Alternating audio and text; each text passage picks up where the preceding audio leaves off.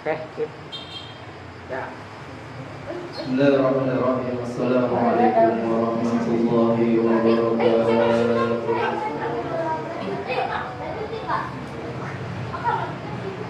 Al-Fatihah wa Sayyidina wa Habibina Rasulullah Muhammad bin sallallahu alaihi wasallam wa alihi wa sahbihi wa dzurriyyati wa harbatihi thumma wa abiyahi wa ikhwanihi min al-anbiya'i wal mursalin wa ali kulli nashabati kulli minhum ajma'in thumma ila روح من آدم ومن حواء ثم إلى أرواح ساداتنا أبي بكر وعمر وعثمان وعلي وأصحاب بدر وأصحاب أحد وبقية صحابة رسول الله أجمعين ثم إلى أرواح سيدتنا خديجة الكبرى وعائشة رضي وفاطمة الزهراء وسيدنا الحسن وسيدنا الحسين وبقية أمهات المؤمنين ثم إلى أرواح التابعين والتابعين تابعين لهم بإحسان إلى يوم الدين ثم إلى أرواح من سكن في قربة المعلى والباقي والذنب والمريض والأثر والعنقاء ويضع جميع قربة البشر أن الله يغفر لهم ويرحمهم ويعيدهم بهم في الجنة وينفعنا ببركاتهم وأسرارهم وأنوارهم وعلومهم ونفعاتهم في الدين والدنيا والآخرة. الفاتحة. أعوذ بالله من الشيطان الرجيم. بسم الله الرحمن الرحيم. الحمد لله رب العالمين الرحمن الرحيم مالك يوم الدين إياك نعبد وإياك نستعين اهدنا الصراط المستقيم صراط الذين أنعمت عليهم غير المغضوب عليهم ولا الضالين آمين. بسم الله الرحمن الرحيم. الحمد لله رب العالمين الحمد لله الذي هدانا لهذا وما كنا لنهتدي لولا أن هدانا الله. اللهم صل على سيدنا محمد مفتاح باب رحمة الله عدد ما في علم الله صلاة وسلاما دائمين بدوام ملك الله وعلى آله وصحبه أجمعين.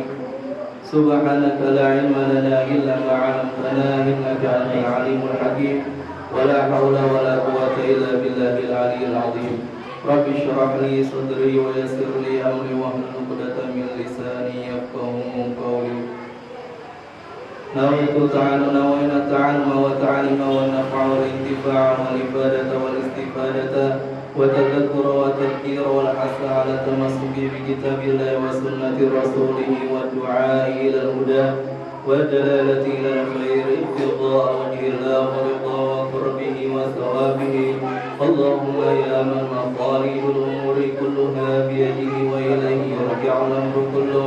يا فتاح يا عليم افتح لنا فتحا قريبا. يا فتاح يا عليم يا فتاح يا عليم يا فتاح يا عليم. اللهم اغننا بالعلم وزينا بالحلم وأكرمنا بالتقوى وجملنا بالعافية. اللهم ارزقنا فهم النبيين وحفظ المرسلين وإلهام الملائكة المقربين برحمتك يا أرحم الراحمين. رب زدنا علما وارزقنا فهما. وصلى الله على سيدنا محمد وآله وصحبه وسلم والحمد لله رب العالمين. Hadirin wal hadirat jamaah muslimin ziyadul muttaqin yang dirahmati Allah Subhanahu wa taala, yang saya hormati orang tua kita Bapak Abdullah, orang tua saya Bapak Abdullah, orang tua kita Bapak Ahmad, Bapak Yanti Musafan, dan jamaah sekalian sama-sama dirahmati Allah Subhanahu wa taala. Pertama-tama marilah kita panjatkan puji syukur kita kehadirat Allah Subhanahu wa taala. Salawat dan salam tak kita aturkan kepada baginda Nabi besar Muhammad sallallahu alaihi wasallam beserta keluarga, sahabat serta pengikutnya. Semoga kelak kita mendapat syafaat dari beliau di yaumil qiyamah. Amin ya rabbal alamin.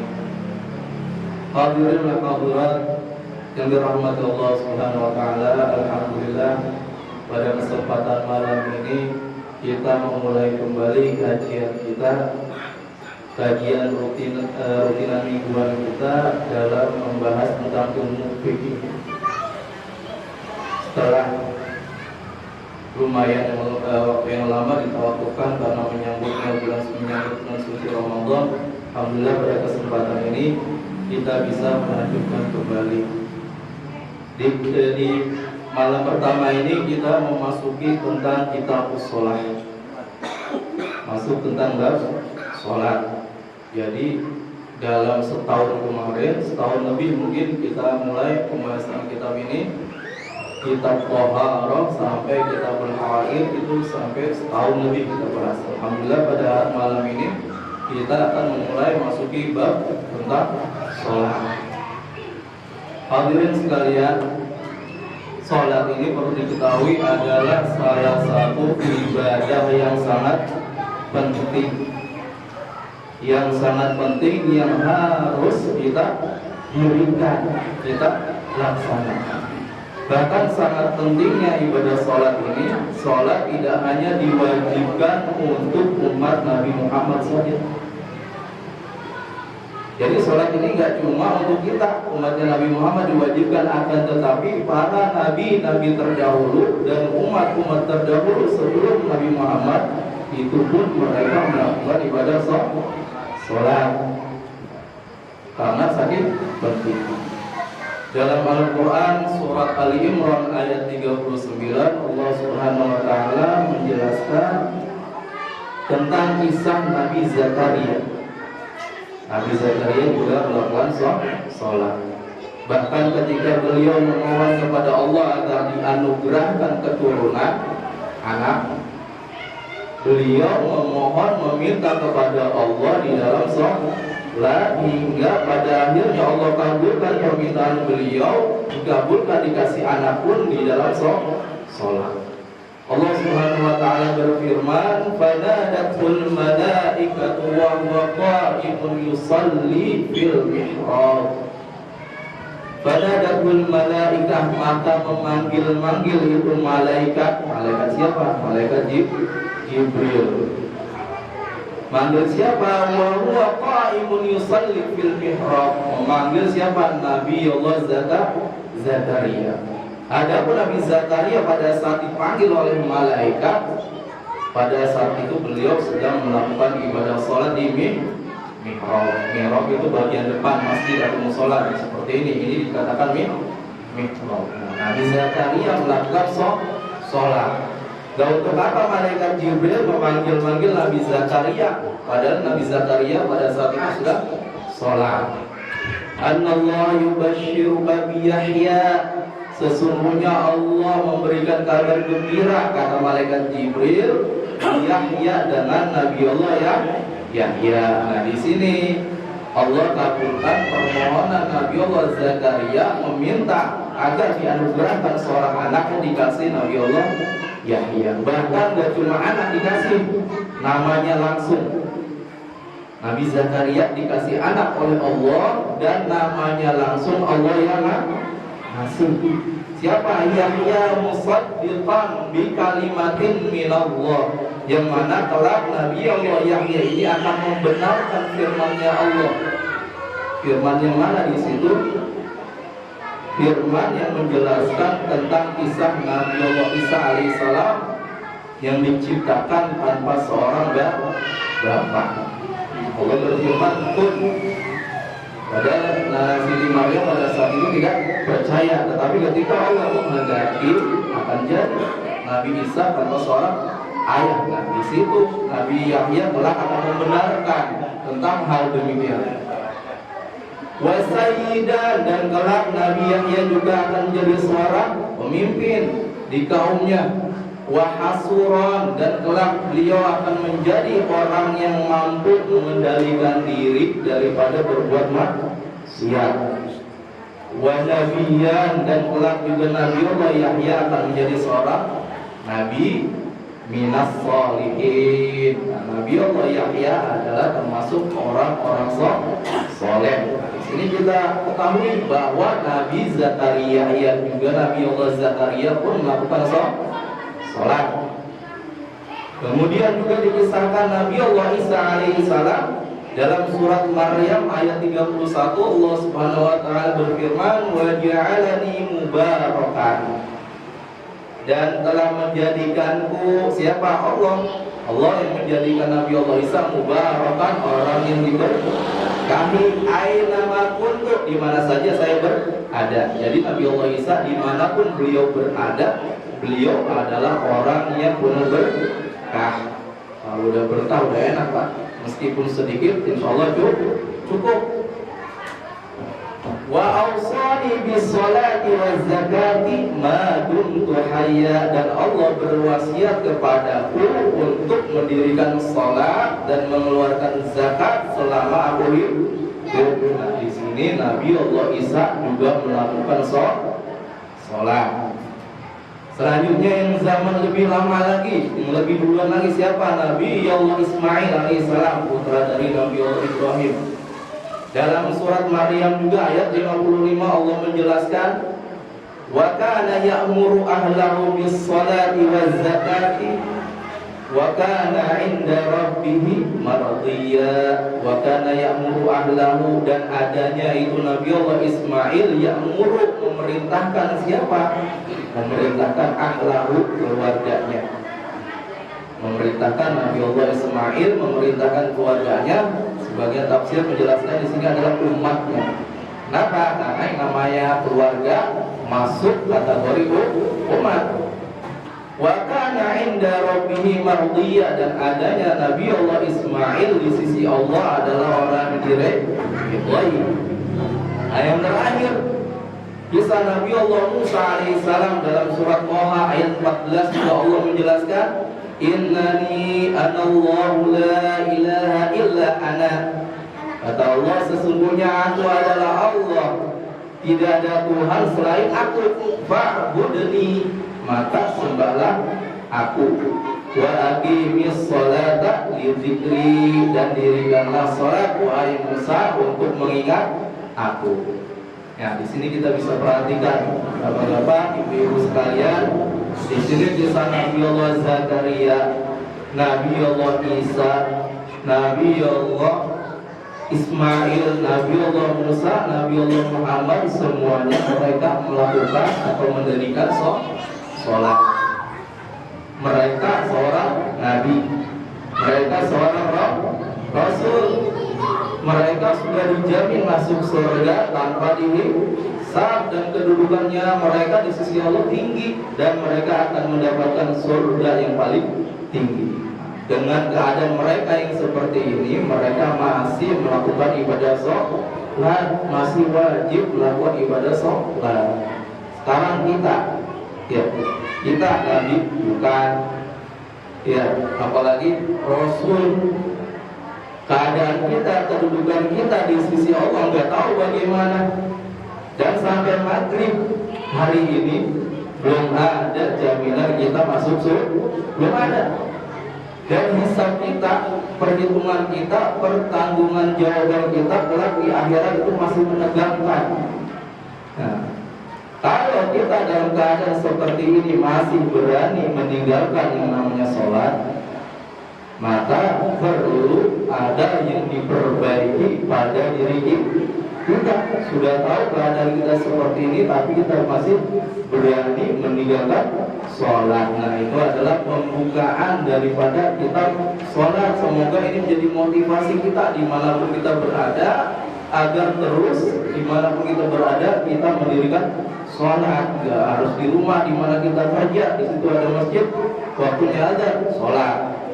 Ya, dari yang telah saya sampaikan, agar kita lebih khusyuk dalam melakukan sholat, maka kita diperintahkan untuk mempelajari yang namanya sholat. Dalam sholat itu ada rukun, ada syarat wajib, ada syarat sah, dan yang lebih berbahaya lagi ada perkara yang membatalkan sholat, yang kesemuanya ini harus kita ketahui.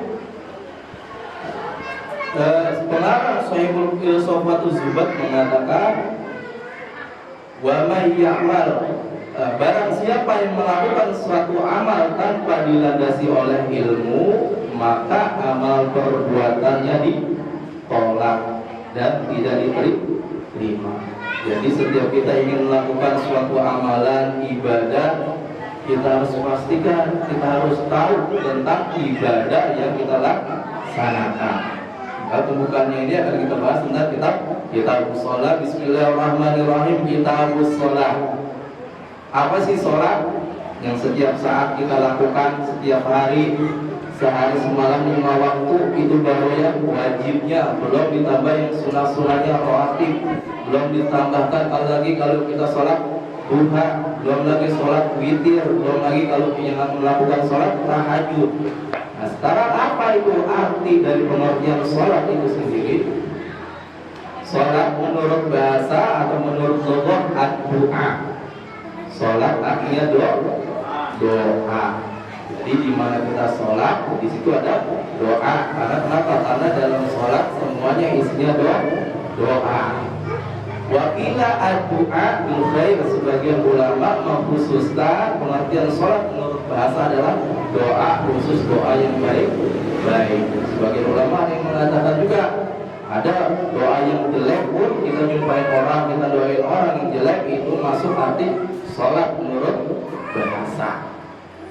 Makanya ada sebagian agama-agama yang nyeleneh, saya nggak perlu sholat, cukup saya berdoa kepada Allah, itu udah dikatakan sholat. Berarti dia mengartikan artinya menurut bahasa saja. Adapun menurut istilah syara, apa itu sholat? Wa aqwalun hiya aqwalun wa af'alun muftatahatun bit takbir. Salat itu adalah di dalamnya adanya bacaan-bacaan. Di dalam salat ada ucapan-ucapan atau bacaan-bacaan, wa af'alun, dan di dalam salat juga ada gerakan-gerakan. Muftatahatun bit takbir, yang mana gerakan dan ucapan tersebut diawali dengan kalimat takbir, yaitu takbiratul ihram, Allahu akbar, itu adalah takbiratul ihram. Wa muhtatamatun bitaslim, dan sholat diakhiri dengan salam ghaliban, itu pada umumnya. Itu adalah arti daripada sholat. Setiap ibadah yang di dalamnya adanya bacaan-bacaan dan adanya gerakan-gerakan diawali dengan takbir dan diakhiri dengan salam, itu adalah sholat pada umumnya. Pada ghalibnya, pada umumnya yang sholat seperti itu. Berarti ada yang di luar keumuman.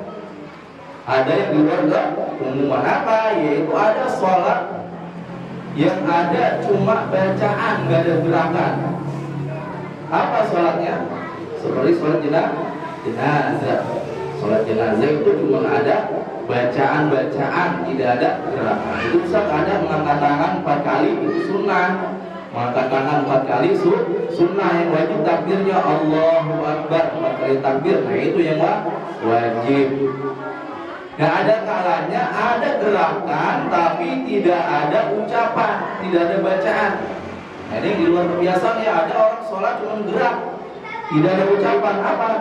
Sholatnya orang yang bisu. Jadi luar kebiasaan, bagaimana ya sholat? Karena emang dia tidak mampu berbicara. Nah ada kalanya orang sholat tidak ada gerakan, tidak ada bacaan. Sholatnya siapa?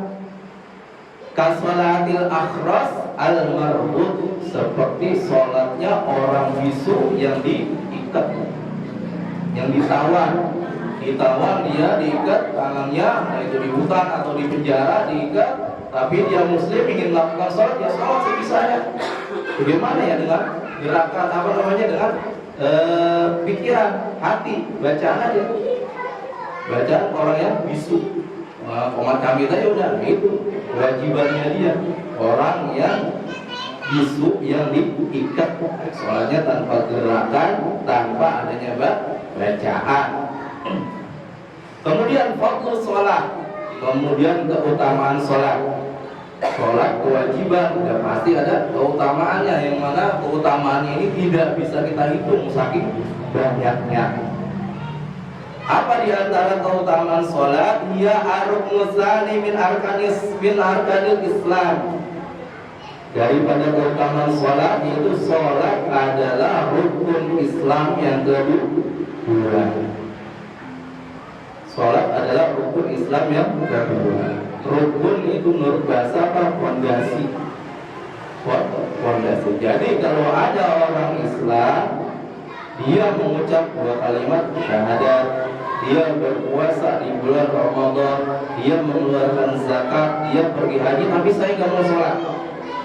Tidak mau sholatnya bukan karena malas, akan tetapi karena tidak percaya. Saya nggak mau sama sekali melakukan sholat, maka Islamnya ditolak alias Islamnya tidak sah. Beda kalau orang cuma sekedar malas, saya malas sholat, cuma saya percaya sholat itu wajib, dia tetap muslim, akan tetapi dia berdosa. Wahia amududdin, sholat itu adalah tiang agama. Dalam hadis, faman aqamaha faqad aqamaddin, barang siapa yang mendirikan sholat, sungguh dia telah mendirikan tiang agama. Waman tawakkaha, barang siapa yang meninggalkan sholat, faqad hadamaddin, sungguh dia telah merobohkan tiang agama. Di sini kan banyak yang ngerti ilmu bangunan ya. Bagaimana kalau kita bangun rumah, bangun suatu bangunan, nggak ada tiangnya, nggak ada fondasinya, ya berdiri, cuman nggak akan tahan lama, akan jeblos, temboknya bakal pecah. Bagaimana di kampung saya dulu ada yang tukang bangun itu arsitek baru, dia punya ngasih tahu ke orang kampung bisa buat rumah tanpa pakai tiang. Akhirnya kakak saya yang nyoba, akhirnya dibikinlah rumah kakak saya tanpa tiang, masih ada nggak ada tiang. Akhirnya nggak lama rumah itu jomplang, tembok jomplang dan retak semua, akhirnya harus direnovasi ulang. Seperti itu baru urusan rumah dunia, apalagi kalau sampai urusan agama. Kalau sampai kita tidak mendirikan sholat, nanti keagamaan kita ini akan cacat. Wa fadluha azimun, dan keutamaan daripada melakukan salat azimun, sangat besar. Kama waradat bihi al-ayatul qur'aniyah, sebagaimana telah menjelaskan ayat-ayat Al-Qur'an, wal ahaditsun nabawiyah, dan dijelaskan dalam hadis-hadis nabawi. Min dzalika qaulu ta'ala, di antara ayat Al-Qur'an yang menjelaskan tentang keutamaan salat, wa aqimis sholata li dzikri, maka dirikanlah sholat untuk mengingat aku, kata Allah. Jadi sholat ini adalah wasilah untuk kita berhubungan, menjalin ikatan dengan Allah Subhanahu wa ta'ala. Bagaimana kalau kita tidak mau menjalin hubungan dengan Allah? Bagaimana kalau kita tidak mau berkomunikasi dengan Allah? Wa qawlu ta'ala wa aqimis sholata tarafain nahar wa zulfan minal lail, dan dirikanlah sholat tarafain nahar, di dua tempat, yaitu di waktu pagi dan di waktu sore, yaitu pagi subuh, sorenya maghrib. Wa zulfan minal lail, dan waktu yang mendekati dengan malam isya. Innal hasanati yudhibnas sayyi'at, sesungguhnya kebaikan-kebaikan itu akan menghilangkan kejelekan-kejelekan atau maksiat. Dzalika dzikra lidzakirin, yang demikian itu melakukan sholat di waktu pagi dan sore dan di waktu malam, dan juga selalu melakukan kebaikan untuk menghapus kejelekan, yang demikian adalah sebagai pengingat bagi orang-orang yang suka mengingat Allah. Nah, kenapa di ayat ini diterangkan cuma 2 waktu, 3 waktu, tarafain nahar, 2 waktu pagi dan sore, dan wasulafan minal lail, dan di waktu yang mendekati waktu malam isya. Nah, ulama menjelaskan bahwa ayat ini ditakwil, dijelaskan turun sebelum datangnya kewajiban sholat. Artinya sebelum datang kewajiban sholat, ya sholat cuma ini, ada waktu. Bahkan nabi-nabi terdahulu, setiap nabi mendapat kewajiban satu. Nabi Adam sholat subuh, nabi yang lainnya sholat maghrib, nabi yang lainnya sholat isya, satu-satu kewajibannya. Cuma kita aja nih, umat Nabi Muhammad mendapat 5 kewajiban. Jadi digabungin dari 5 waktu itu di masanya Nabi Muhammad sallallahu alaihi wasallam. Kemudian innal hasanati yudhibnas sayyi'at, sesungguhnya kebaikan itu dapat menghapus kejelekan.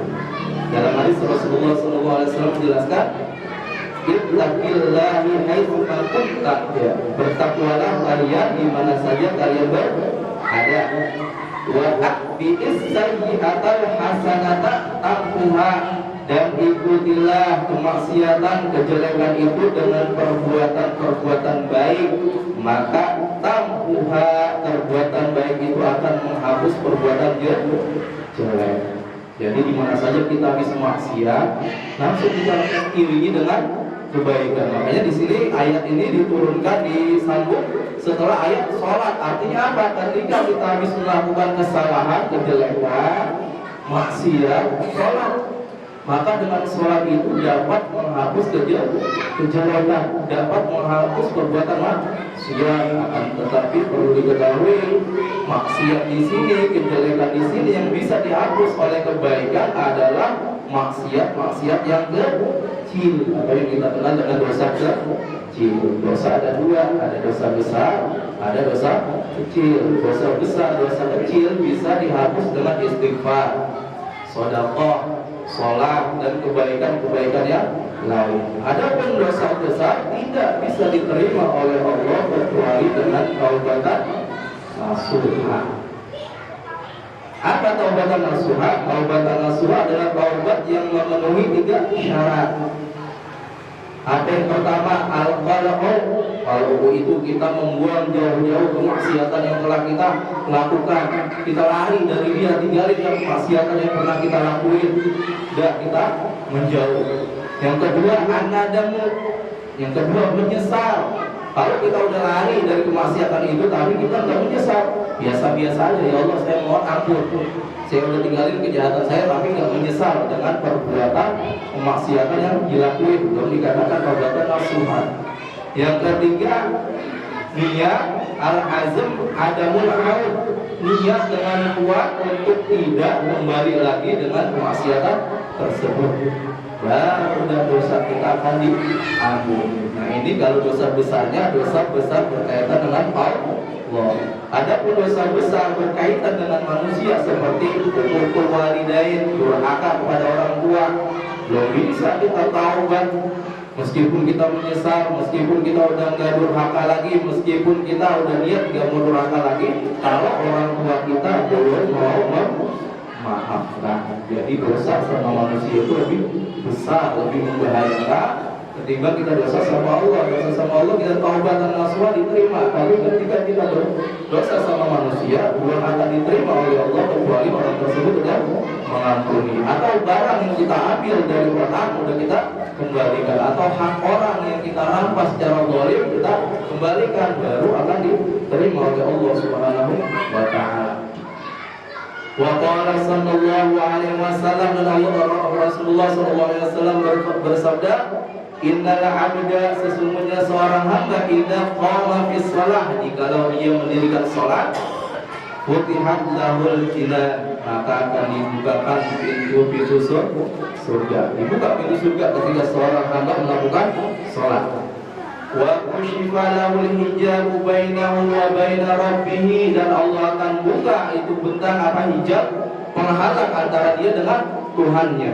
Ketika kita sholat dengan sebenar-benarnya sholat, maka hijab antara kita, tembok antara kita dengan Allah akan dibuka. Kalau tembok antara kita dan Allah sudah dibuka, mata hati kita mendapat basirah, kita akan bisa pandangan kita itu akan sangat jauh ke depan, maka kita bisa masuk dalam kategori kasyaf. Orang yang kasyaf bisa melihat orang, wah ini orang ini tadi habis melakukan maksiat. Para aulianya Allah seperti itu. Wastaqbalatul hurul ain, maka ketika dia melakukan sholat itu bidadari itu pada menghadap dia, mendekati dia. Ya kita nggak sadar aja. Kalau seandainya tampak bidadari menghadap kita akan lari ketakutan. Malam yang takhid awiyatanakha, selama sholat tersebut tidak membuat balaghah, tidak membuat ingus, dan tidak membuat balaghah. Artinya sholatnya dalam keadaan khusyuk, tenang, tidak ada gangguan. Wa inna bis sholati la shifaa, dan sungguh ada di dalam sholat itu ada obat dari berbagai macam penyakit. Dalam sholat itu ada berbagai obat daripada penyakit. Wa ju'ilat qurratu aini bis shalah, dan Allah menjadikan qurratu ain bis shalah, Wa innal 'abda idza qama yusalli udhiya bi dhunubihi. Dan dalam hadis yang lain Rasulullah bersabda, innal 'abda, sesungguhnya seorang hamba idza qama yusalli, jikalau dia